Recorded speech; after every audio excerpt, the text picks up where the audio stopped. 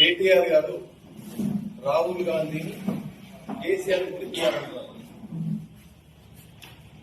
అంటే ఆ రోజు కేసీఆర్ గారు తెలంగాణ ఉద్యమం చేస్తే మరి మా సోనియా గాంధీ గారు తెలంగాణ కూడా తెలుసు.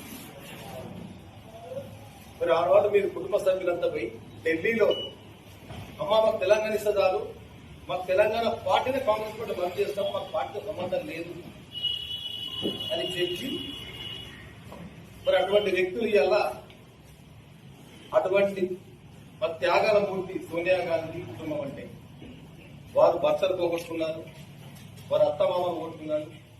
మా కాంగ్రెస్ పార్టీ కోసం దేశం కోసం త్యాగం చేసిన పార్టీ సోనియా గాంధీ ఫ్యామిలీ.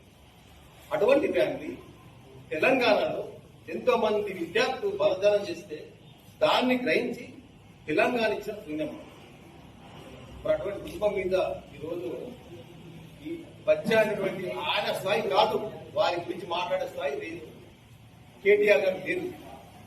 అయితే అటువంటి వారి మీద ఉరి తీయాలా అనే భాష అనేది మేము దాన్ని తీవ్రంగా జిల్లా కాంగ్రెస్ పార్టీ తరఫు నుంచి నగర కాంగ్రెస్ పార్టీ తీవ్రంగా ఖండిస్తున్నారు. అటువంటి పద్ధతులు మార్చుకోండి. మీరు రేవంత్ రెడ్డి గారిని ఉరి తీయాలంటారు. మరి మీరు పార్టీ అధికారం రాకముందు ఎందుకు ఇచ్చిన వాగ్దానం నెరవేర్చలేదు అక్కడ? నిజంగానే మీరు 10 సంవత్సరాలు కాంగ్రెస్ పార్టీలో మద్దతు చేస్తున్న వ్యక్తి మీ స్వార్థం కోసం మళ్ళీ ఎన్నికలు వచ్చినాయి, సరేనా కృష్ణపురం పార్టీ నువ్వు ఇచ్చేవని ఏం చెప్పినావు? కాంగ్రెస్ పార్టీకి ఎస్సీ ఎస్టీలు అంటే అండగా ఉన్న పార్టీ.